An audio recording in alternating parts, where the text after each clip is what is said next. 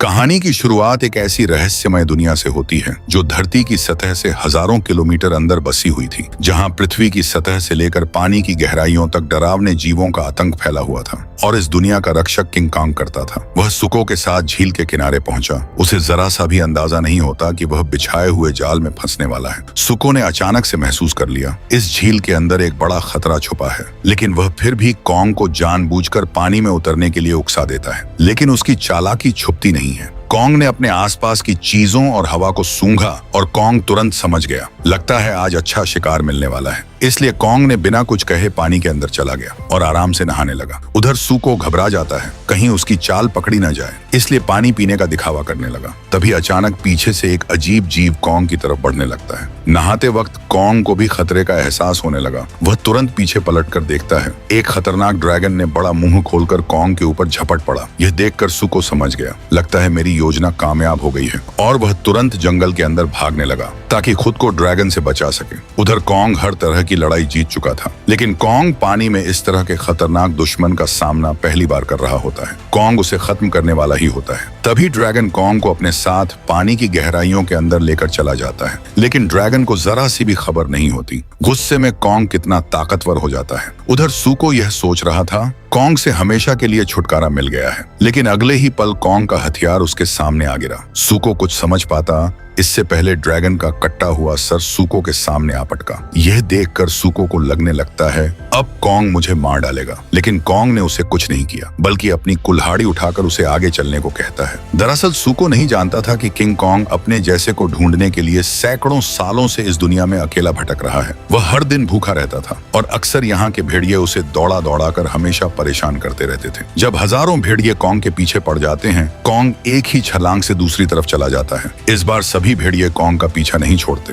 वह लगातार उसे घेरने की कोशिश करते रहते हैं। तभी कॉन्ग के सामने गहरी खाई आ गई और कॉन्ग को वहां से भागने का कोई रास्ता नहीं बचता। फिर कॉन्ग खूंखार भेड़ियों की तरफ मुड़ता है और उनसे लड़ने के लिए तैयार हो जाता है। सभी भेड़िए सोच रहे थे कॉन्ग का शिकार आसानी से कर लेंगे, लेकिन उन्हें जरा सी भी भनक नहीं होती कि कॉन्ग ने यहाँ पर पहले से ही जाल बिछाया हुआ है। जैसे ही कॉन्ग को मारने के लिए एक भेड़िए ने छलांग लगाई, वह सीधे एक खाई में जा गिरता है। उस गड्ढे में गिरते ही नुकीली लकड़ी से भेड़िया आर पार हो जाता है। उसी वक्त कॉन्ग मौका देखते ही गड्ढे में एक पेड़ फेंक देता है। तभी ऊपर से पत्थर के टुकड़े गिरने लगते हैं, लेकिन कुछ भेड़िए उसकी तरफ बढ़ने लगते हैं। कॉन्ग एक भेड़िए को उठाकर उसे बीच से फाड़ देता है। यह देखकर बाकी भेड़ियों की हवा टाइट हो जाती है और डर के मारे वहां से भाग जाते हैं। फिर कॉन्ग पानी से अपने शरीर को अच्छे से साफ करके सबसे ऊंची चोटी पर जाकर बैठ जाता है। कॉन्ग उसी भेड़िए का मांस खाने वाला ही होता है, लेकिन उसके दांत में दर्द होने के कारण खा नहीं पाता। गुफा के अंदर से एक विशाल छिपकली आती है और उस मरे हुए भेड़िए को कॉन्ग से छीन कर लेकर चली जाती है। कॉन्ग को एक आवाज सुनाई देती है, बिल्कुल कॉन्ग की तरह। वह उसके नजदीक जाकर देखता है, कॉन्ग नहीं बल्कि एक मेंढक है जो उसी की तरह आवाज निकाल रहा होता है। कॉन्ग यह देखकर बेहद उदास हो जाता है। इसके दांत इतना दर्द करने लगे थे कि न चाहते हुए भी वह इंसानों से मदद मांगने उनकी बस्ती में चला जाता है। कॉन्ग जमीन पर आते ही लेट जाता है। तभी उस पर वैज्ञानिकों की नजर पड़ती है। उसे ढेर सारी मात्रा में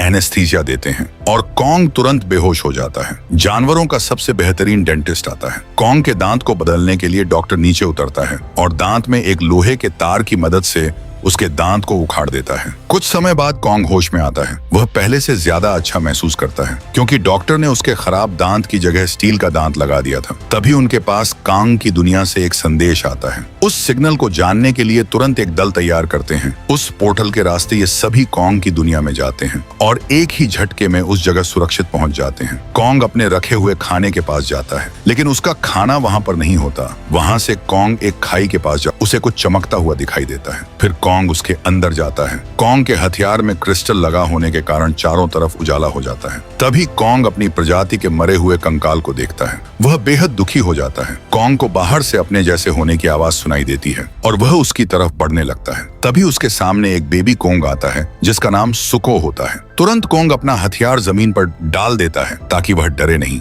और उसको अपना दोस्त बनाने के लिए उसकी तरफ हाथ बढ़ाता है, लेकिन तभी सुको उसके हाथ को काटकर भागने लगता है। कॉन्ग उसे पकड़ने के लिए तेजी से उसकी तरफ दौड़ता है। तभी एक गंजा गोरिल्ला उसके सामने आ जाता है और उसके साथी कॉन्ग पर हमला कर देते हैं ताकि कॉन्ग को खत्म कर सकें। गंजा गोरिल्ला उसे मारने के लिए आगे की तरफ बढ़ता है, लेकिन कॉन्ग इनसे ज्यादा ताकतवर होने के कारण इन्हें अच्छे से धो देता है। तभी सुको उसके चेहरे पर चढ़ जाता है, फिर उसे काटने लगता है, लेकिन किंग कांग उसी को अपना हथियार बनाकर इन सभी को बुरी तरह से पीटता है। तभी एक गोरिल्ला खाई में गिरने वाला ही होता है, लेकिन कॉन्ग तेजी से फुर्ती दिखाते हुए उस गोरिल्ले को पकड़ लेता है और उसे ऊपर खींच लेता है। लेकिन एहसान मानने के बजाय वह कॉन्ग के ऊपर चाकू से हमला करने वाला होता है। उसी वक्त कॉन्ग ने उसे एक लात मारकर नीचे खाई में गिरा दिया। यह सब देखकर गंजा गोरिल्ला वहां से अपनी जान बचाकर भागने लगता है। कॉन्ग एक पत्थर को उठाकर उसके सिर पर मारता है। वह गोरिल्ला चकराकर जमीन पर गिर गया, लेकिन किसी तरह उठकर तेजी से वहां से भाग जाता है। कॉन्ग सुको पर गुस्सा होता है। ये सभी वैज्ञानिक उस इलाके में पहुंच जाते हैं जहां से इनके पास सिग्नल आया हुआ था। एक वैज्ञानिक को कुछ महसूस होता है जैसे कोई जीव आसपास हो। तभी उनके एक साथी को एक जीव निगल जाता है। यह देखकर उनकी हालत खराब हो जाती है। फिर वहां से अपनी जान बचाकर भाग जाते हैं। इन्हें एक ऐसी सभ्यता मिलती है जो इंसानों के अस्तित्व से पुरानी होती है। उस दीवार पर मोथरा की चित्रकला बनी होती है जो सभी मॉन्स्टर्स की महारानी होती है। तभी जिया को उस दीवार से बाहर निकला हुआ पत्थर दिखता है और वह उस पत्थर को अंदर की तरफ धकेल देती है। फिर उसमें से पानी निकलने लगता है। वह पानी नाले के रास्ते नीचे की तरफ जाने लगता है।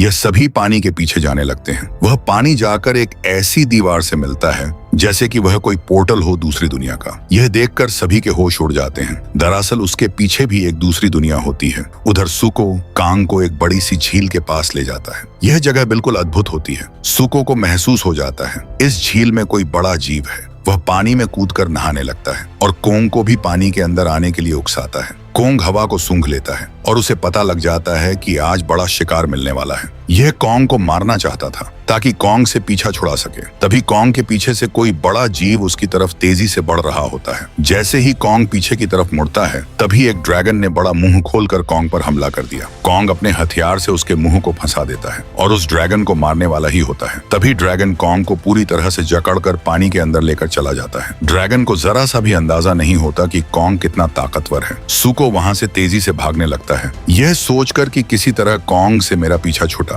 तभी कोंग अपना हथियार उसके सामने फेंकता है और सुको जमीन पर गिर जाता है और उसके साथ ड्रैगन का कटा हुआ सर भी। कोंग अपना हथियार उठाकर उसे आगे बढ़ने को कहता है। कोंग एक जगह बैठकर ड्रैगन के मांस को मजे से खा रहा होता है और एक टुकड़ा उसे भी देता है, लेकिन वह डर के मारे नहीं लेता। कोंग उस टुकड़े को उसके सामने फेंक देता है, जैसे कह रहा हो खाओ या भाड़ में जाओ। थोड़ी देर बाद उसे भी लगने लगता है कोंग मेरे लिए खतरा नहीं है और वह कोंग के पास बैठकर खाने लगता है। इधर गॉडजिला हॉलो अर्थ के रास्ते कोंग की दुनिया में घुस चुका होता है। इन सभी वैज्ञानिकों को उसी प्रजाति के लोग पकड़ लेते हैं जो सदियों पहले लुप्त हो गए थे। फिर इन्हें अपनी महारानी के पास ले जाते हैं। वह इशारों में बात करके जिया को अपने पास ले जाते हैं क्योंकि वह इन्हीं में से एक होती है। सुको कोंग को कहीं पर ले जाना चाहता था और कोंग सुको के पीछे पीछे जाता है बिना कुछ कहे। कोंग ऐसी जगह पहुंच जाता है जहां वह इससे पहले कभी नहीं आया था। कोंग अपने जैसे लोगों को देखता है। उसे यकीन नहीं हो रहा था कि मेरे जैसे कोंग इस हालत में होंगे। वह चारों तरफ नजरें घुमाकर देखता है, इनकी हालत कितनी खराब है। वह यह सब देखकर बेहद दुखी हो जाता है क्योंकि सारे कोंग बुरी हालत में होते हैं और वह पूरी तरह से डरे हुए भी थे।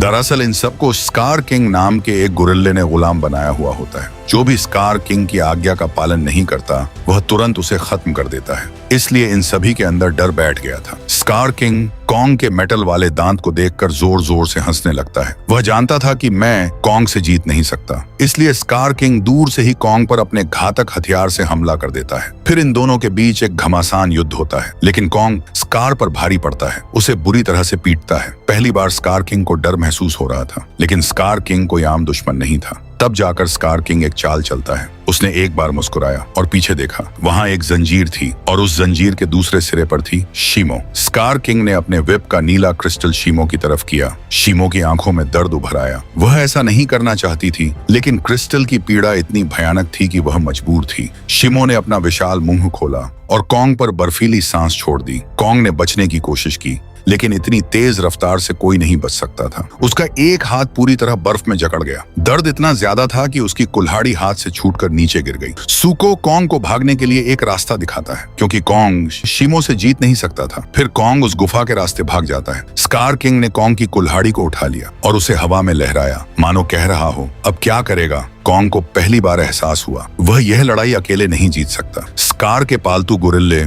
कॉन्ग का पीछा करने लगते हैं, लेकिन कॉन्ग ने पहले से ही इनके लिए जाल बिछाया हुआ था। कॉन्ग अपने घर पहुंच गया था। वह किसी से लड़ने की हालत में बिल्कुल नहीं होता। यह सभी गोरिल्ले कॉन्ग के नजदीक आ चुके थे, उसे मारने वाले ही होते हैं। तभी इनके ऊपर ढेर सारे पत्थर गिर जाते हैं और यह सब उन पत्थरों के नीचे दबकर मारे जाते हैं। दरअसल सूको ने उन सब के ऊपर पत्थर गिराए होते हैं। वह कॉन्ग के पास आता है, देखता है उसके हाथों की हालत खराब है और इसकी वजह से कॉन्ग भी कमजोर हो गया था। फिर वह मदद मांगने के लिए इंसानों के पास जाता है और जाते ही कॉन्ग जमीन पर गिर जाता है। कॉन्ग जिया को महसूस कर सकता था। इसी की वजह से कॉन्ग इनकी दुनिया में पहुंच पाया था। थोड़ी देर बाद कॉन्ग बेहोश हो जाता है। वैज्ञानिक कॉन्ग के हाथों को देखते हैं, पूरी तरह से खराब हो चुके हैं। एक डॉक्टर उसके करीब जाकर देखता है इसे ठीक करने के लिए क्या किया जा सकता है। डॉक्टर अपने पुराने आउटपोस्ट जाकर एक नई टेक्नोलॉजी का आर्मर लाता है और कॉन्ग के हाथों में फिट कर देता है। साथ में उसको पेन किलर भी देता है ताकि कॉन्ग की हालत पहले जैसी हो जाए। और ऐसा ही होता है। कॉन्ग तुरंत उठकर खड़ा हो जाता है और पूरी ताकत से दहाड़ने लगता है। ऐसा लगता है आर्मर इसके लिए ही बना था। तभी सूको आकर कॉन्ग को बताता है स्कार अपनी फौज लेकर आ रहा है। लेकिन कॉन्ग स्कार के पास नहीं जाता, बल्कि वह हॉलो अर्थ के रास्ते गॉडजिला के पास जाता है ताकि गॉडजिला को अपनी दुनिया में लाकर स्कार को खत्म कर सके।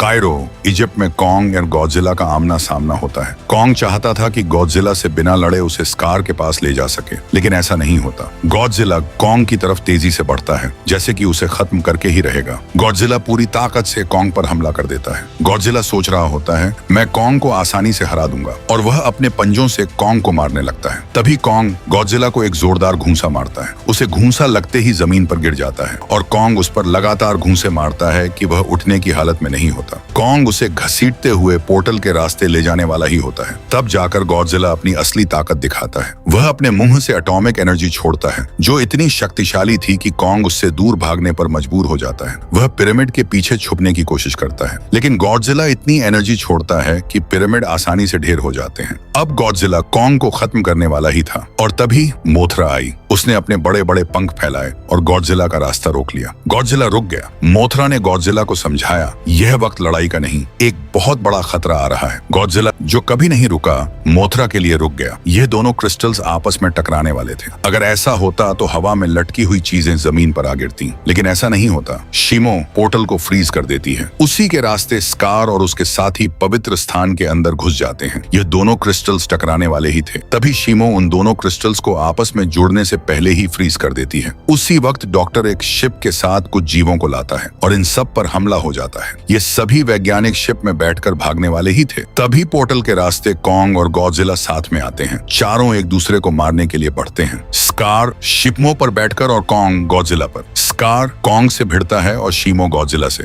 तभी फ्रीज हुआ क्रिस्टल टूट जाता है और ग्रेविटी जीरो हो जाती है। उस ग्रेविटी में ही सभी आपस में भिड़कर फाइट करते हैं। स्कार कॉन्ग पर भारी पड़ रहा था। इधर शिमो गॉडजिला को भी फ्रीज करने की कोशिश करती है, लेकिन गॉडजिला पर उसका कोई असर नहीं पड़ता। तभी अचानक से ग्रेविटी खत्म हो जाती है। सभी नीचे की तरफ गिरने लगते हैं। वैज्ञानिकों की शिप भी नीचे गिरने वाली ही थी। उसी वक्त मोथरा आकर अपने पंखों की मदद से उन्हें बचा लेती है और ये सभी हॉलो अर्थ के अंदर चले जाते हैं। ब्राजील वहां के सभी लोग समुद्र के किनारे मस्ती कर रहे होते हैं। उसी वक्त समुद्र की लहरें अचानक से फ्रीज होने लगती हैं और उसी के अंदर से शिमो बाहर निकलती है। सभी लोगों में भगदड़ मच जाती है। स्कार यहाँ पर भी शिमो को आतंक फैलाने पर मजबूर कर देता है। वह इंसानों के साथ पूरे शहर को फ्रीज कर देती है। तभी शिमो के नीचे से गॉडजिला बाहर निकलता है। उसके बाद कॉन्ग ने एक ही घूंसे में स्कार के दांत तोड़ दिए। उसे देखकर हंसने लगा, जैसे कह रहा हो मैं तो तुझे चुटकियों में मसल दूंगा। स्कार शिमो को बार बार कंट्रोल करने की कोशिश करता है, लेकिन उसकी कोशिश नाकाम हो जाती है क्योंकि गॉडजिला उस पर हमला कर देता था। स्कार अपनी जंजीर की मदद से एक बिल्डिंग को तोड़कर कॉन्ग के ऊपर फेंकता है, लेकिन कॉन्ग अपने नए आर्मर से उस बिल्डिंग को तबाह कर देता है। तभी शिमो कॉन्ग के आर्मर वाले हाथों को अपने मुंह में पकड़कर कॉन्ग को घसीटने लगती है और शिमो कॉन्ग को एक बार फिर फ्रीज करना चाह रही थी। लेकिन तभी गॉडजिला इस बार एटॉमिक सांस भरकर स्कार पर हमला बोल देता है और उसके जंजीर में लगे क्रिस्टल को अलग कर देता है, जिससे स्कार शिमो को अपने वश में रखता था। गॉडजिला एक बार फिर स्कार पर एटॉमिक एनर्जी छोड़ता है ताकि स्कार मारा जाए। इधर शिमो कॉन्ग को फ्रीज करने की की कोशिश कर रही होती है। गॉडजिला स्कार को छोड़कर शीमो पर हमला कर देता है और कॉन्ग स्कार के क्रिस्टल को लेने के लिए आगे बढ़ता है। तभी स्कार कॉन्ग के ऊपर चढ़कर उसे रोक लेता है, लेकिन सुको को नहीं रोक पाता। सुको कॉन्ग के हथियार की मदद से उस क्रिस्टल को तोड़ देता है। उसके बाद कॉन्ग स्कार को गेंद की तरह उछाल उछाल कर मारता है। स्कार शीमो को हमला करने का आदेश देता है, लेकिन क्रिस्टल टूटने की वजह से शीमो आजाद हो चुकी थी। इस बार गॉडजिला ने शीमो को आदेश दिया और उसने स्कार को पूरी तरह से फ्रीज कर दिया। स्कार के जमने के बाद कॉन्ग उसे उठाकर जमीन पर पटक देता है। फिर वह बर्फ के टुकड़ों की तरह बिखर जाता है और कॉन्ग की जीत हो जाती है। गॉडजिला वातावरण को शुद्ध करने के लिए आसमान में अपनी एटॉमिक एनर्जी को छोड़ता है। उसके बाद मौसम पहले जैसा हो जाता है और मोथरा टूटे हुए पोर्टल को पहले जैसा कर देती है। गॉडजिला भी जाकर सो जाता है। अब सब कुछ नियंत्रण में हो जाता है। सभी गुलाम कॉन्ग्स को एक नया राजा मिलता है।